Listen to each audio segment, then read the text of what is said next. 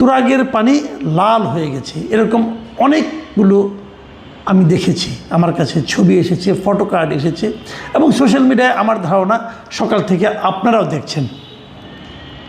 এবং মোদ্দা কথাটা কি? মোদ্দা কথা হলো যে আওয়ামী লীগের প্রতিষ্ঠা বার্ষিকী উপলক্ষে বিভিন্ন জায়গায় যে সমস্ত মিছিল হয়েছে, প্রতিবাদ হয়েছে, সেখান থেকে নাকি পুলিশ বেশ কয়েকজনকে গ্রেপ্তার করেছে, এবং তাদের মধ্য থেকে 7 জনের লাশ, যারা নাকি ছাত্রলীগের কর্মী, তাদেরকে তুরাগ নদীতে গলিত অবস্থায় পাওয়া গেছে।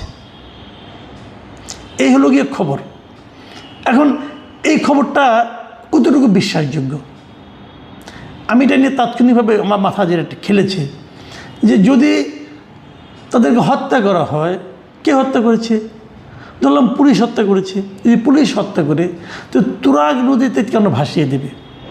তারা কি জানে না যে তুরাগ নদীতে লাশগুলি ভেসে উঠলে মানুষের মধ্যে কী প্রতিক্রিয়া হতে পারে? এবং লাশগুলি কি একই জায়গায় থাকবে?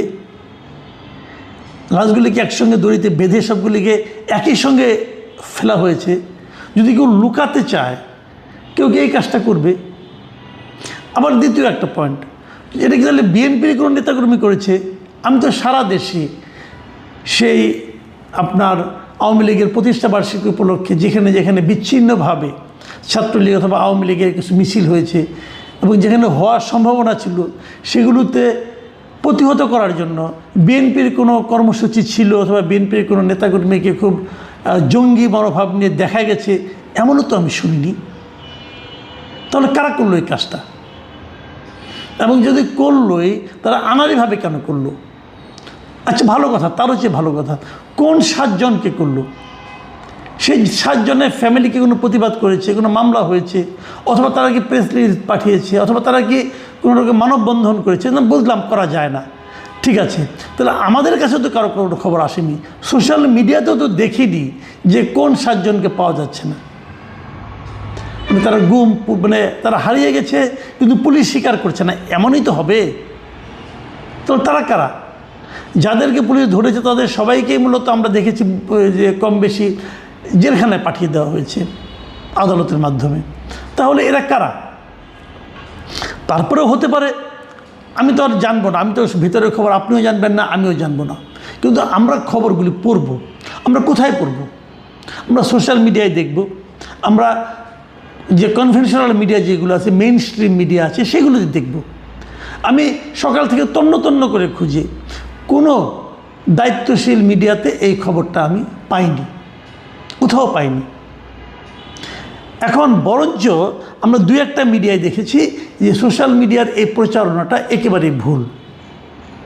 কিন্তু সোশ্যাল মিডিয়া আমরা কী দেখছি? আমি অন্য অনেক রকম দেখছি, নানা ধরনের কথা। কোথাও লেখা 4 জন, কোথাও লেখা 3 জন, কোথাও লেখা 7 জন, 7 জনই বেশিরভাগ লিখেছে।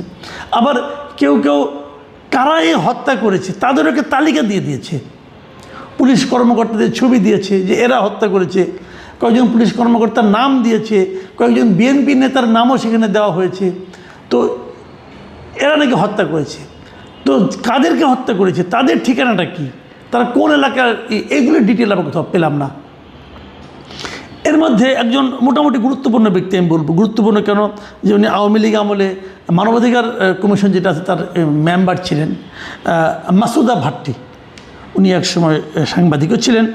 ওনার একটা পোস্ট আমি দেখলাম, এবং সেই পোস্টের মধ্যে লেখা আছে যে 21শে আগস্টের গ্রেনেড হামলা আর তুরাগ হত্যাকাণ্ড, বিএনপি ও তার নেতা কিছুই বদলায়নি। ভিডিও কমেন্ট, উনি একটা ভিডিও করেছেন, সেই ভিডিওটা কমেন্টটা আছে। আমার ওটার দেখার ইচ্ছা হয়নি, কারণ আমি আসলে অতটা সময় দিতে পারবো না। এই কারণে এই লেখার মধ্যে উনি যেটা বলেছেন যে 21শে আগস্টের গ্রেনেড হামলা এবং তুরাগ হত্যাকাণ্ড, এই দুটোর মধ্যে উনি মিল পেয়েছেন। আমি মিল পাইনি ভাই, আমি মিল পাইনি। 21শে আগস্ট গ্রেনেড হামলা নিয়ে প্রশ্ন উঠতে পারে, আমারও আছে প্রশ্ন, এবং সেই হত্যাকাণ্ডের বিচার ঠিকঠাক মতো বিএনপি সরকার করেনি, এটা আমি বহুবার বলেছি। আমার কাছে মনে হয়েছে বিএনপি এই সরকার ওই হত্যাকাণ্ডের বিচারটা ঠিকঠাক মতো করেনি, বরং তারা এটাকে নাটক সাজানোর চেষ্টা করেছিল। এই জন্য আমি বিএনপির সমালোচনা করেছি। কিন্তু তার সঙ্গে আপনি তুরাগ হত্যাকাণ্ডের মিল খুঁজে পাচ্ছেন। যেহেতু বিএনপির নেতাও বদলায়নি, অতএব চাই চিন্তাও বদলায়নি, এই ধরনের একটা সমীকরণে পৌঁছাতে চাচ্ছেন। মাসুদ ভাট্টি, আপনি তো একজন গুরুত্বপূর্ণ ব্যক্তি ছিলেন আগের সরকারের, তা আগের সরকারকে আপনার মতো করে চিন্তা করতো? এই জিনিসটা আমার কাছে একেবারেই গ্রহণযোগ্য মনে হয়নি। উনি তুরাগ হত্যাকাণ্ড যে ঘটেছে তার কি প্রমাণ ওনার কাছে আছে? কি প্রমাণ দিতে পেরেছেন? গালাগালি কিন্তু চলেছে। আমি আরেকজনের কথা বলি, একেও আমি চিনি না, এস সাব্বির নামে এক ভদ্রলোক, তিনি যমুনা টিভির মিথ্যাচার নিয়ে লিখেছেন। দেখুন, আমি ওনার থেকে কিছু অংশ পড়ে শোনাই, কিছু অংশ বললাম এই কারণে পুরোটা পড়া সম্ভব না। উনি শেষ দিকে এসে কিছু অশ্লীল কথাবার্তা বলেছেন। উনি লিখেছেন, যমুনা টিভির মিথ্যাচার, গণমাধ্যম কতটা পক্ষপাতিত্ব করে যাচ্ছে সেটা বাক স্বাধীনতা বলে চেঁচানো বাঙালি জাতিকে দেখছে না? গণমাধ্যমের ধোঁকাবাজিতে বাঙালি জাতি বারবার প্রতারিত হচ্ছে। আওয়ামী লীগের সময় যে সকল সাংবাদিকরা বাক স্বাধীনতা দোহাই দিতে আসবেন, তখন ডেট অ্যাটসেট্রা যা করে বলা লাভ নেই, এটা পড়া যাবে না। উনি লিখেছেন, তুরাগে নিহত ছাত্রলীগ কর্মী সুমনকে আজ যমুনা টেলিভিশন ঢাকা দক্ষিণের তাজিয়া মিছিলে নিহত যুবক হিসেবে প্রচার করেছে, অথচ তাজিয়া মিছিলে নিহত ছেলেটির নাম জাকির হোসেন। তিনি ঢাকা সাউথ সিটি কর্পোরেশনের 26 নম্বর ওয়ার্ডের একজন পরিচ্ছন্নতা কর্মী। যাকে এগুলি বলে যমুনা টিভিকে উনি এক হাত নিয়েছেন এবং খুবই অশ্লীল নানা রকম কথাবার্তা বলেছেন। যমুনা টিভি যদি ভুল সংবাদ প্রচার করে থাকে, যমুনা টিভির সমালোচনা করাই যায় অশ্লীলতাটুকু বাদ দিয়ে। কিন্তু আমার কথা হলো যে তুরাগে 7 জন মারা গেছে ছাত্রলীগ কর্মী এবং তাদেরকে মেরে ভাসিয়ে দেওয়া হয়েছে, এই তথ্যের সত্যতা কোথায়? ইন্টারেস্টিংলি আজ কিন্তু আমি ঢাকার বাইরে একটু এসেছি একটা কাজ, এবং তুরাগ নদীর উপর দিয়ে এসেছি। আমি তুরাগ নদীর আশেপাশে কোনো ভিড়ভাট্টা দেখেছি বলে মনে পড়ে না, এবং আমি তারপরে ওখানকার লোকজনের সঙ্গে 2 জনের সঙ্গে ব্যক্তিগতভাবে যোগাযোগের চেষ্টা করেছি। কেউ সে ধরনের কোনো তথ্য আমাকে কিন্তু আসলে দেয়নি। এখন এরা কোথায় তথ্যগুলো পেলেন? মাসুদ ভাট্টির তথ্যের উৎস কী, সূত্র কী, আমি জানি না। এই যে আমাদের সাব্বির সাহেব, উনি কোথা থেকে পেলেন এটাও আমি বলতে পারবো না। যারা ওই সময় পোস্ট দিচ্ছেন তারা কোথায় পাচ্ছেন সেটাও আমি কিন্তু কোনো অথেন্টিক কোনো সোর্স পাই না। আমরা সাংবাদিকরা কী করি? আমরা কিন্তু সোর্স খুঁজি, যে আপনি যে কথাটা বলছেন এই কথাটাকে যে গ্রহণযোগ্য, তার প্রমাণটা কী, কে বলেছে, কে দেখেছে, আমরা পাইনি। বরঞ্চ এসবের বিপরীতে পুলিশের একটা প্রেস আপনার নোট পাওয়া গেছে, এবং সেখানে পুলিশ সেই বিজ্ঞপ্তিতে বলেছে কি শুনেন। পুলিশ বলেছে যে তুরাগ নদীতে ভাসছে আওয়ামী লীগ ছাত্রলীগের 7 নেতাকর্মীর লাশ শিরোনামে সামাজিক যোগাযোগ মাধ্যমে ভিত্তিহীন তথ্য প্রচার করে জনমনে বিভ্রান্তি ছড়ানোর অপচেষ্টা চালানো হচ্ছে। প্রকৃতপক্ষে এ ধরনের কোনো ঘটনার খবর পাওয়া যায়নি।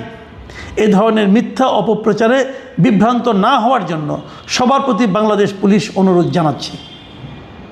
এবং তারপর ওনারা বলেছেন যে একটা মহল উদ্দেশ্য প্রণোদিতভাবে এই ধরনের গুজব ছড়াচ্ছে, এবং এই ছড়ানোর মাধ্যমে মানুষের মধ্যে বিভ্রান্তি ছড়াচ্ছে, পুলিশের মনোবল নষ্ট করে দিচ্ছে।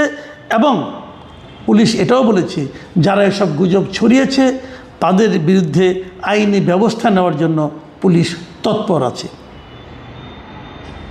আমার সহজ বক্তব্য, আপনার হাতে ফেসবুক আছে, আপনি একটা কম্পিউটারের সামনে বসে আছেন, আপনি যা ইচ্ছা তা লিখতে পারেন। মৃতদেহের ছবি দরকার, আপনি এআইকে বলেন বানিয়ে দিবে। তুরাগ নদীর পাড়ে দরকার, এআইকে বলেন আমি তুরাগ নদীর পাড়ে 7 জন মানুষের মৃতদেহের গলিত ছবি চাই, এআই আপনাকে বানিয়ে দেবে। এটা করে আপনি কিছু লোককে বিভ্রান্ত করতে পারেন, কিছু লোককে উত্তেজিত করতে পারেন, কিন্তু আলটিমেটলি এর এন্ড রেজাল্টটা কী? ধরা যাক, আমি কথার কথা বলি, মাসুদ ভাট্টি সহ অন্য যারা আছেন তাদের কথা আমি বলছি। ধরা যাক আপনারা আওয়ামী লীগকে খুব ভালোবাসেন এবং আওয়ামী লীগের একজন নেতাকর্মী নিহত হলে আপনাদের মন খারাপ হয়, এটা হওয়া স্বাভাবিক, হতেই পারে। কিন্তু আপনারা যখন এই ধরনের একটা নিউজ ছড়াবেন, আজ হোক কাল হোক, 2 দিন আগে হোক পরে হোক, একসময় বোঝা যাবে যে এই নিউজগুলো কতটুকু সত্য কতটুকু মিথ্যা। যদি মিথ্যা হয়, যদি ভিত্তিহীন হয়, তাহলে আপনারা কি প্রকারান্তরে আওয়ামী লীগের ক্ষতি করলেন না? আপনি আওয়ামী লীগকে ভালোবাসেন বলে দাবি করলেন, কিন্তু এতে কি আওয়ামী লীগের কোনো লাভ হলো? এই ধরনের প্রচারণার মাধ্যমে আওয়ামী লীগের জনপ্রিয়তা বাড়বে? আমি জানি না, আমার মনে হয় না তা।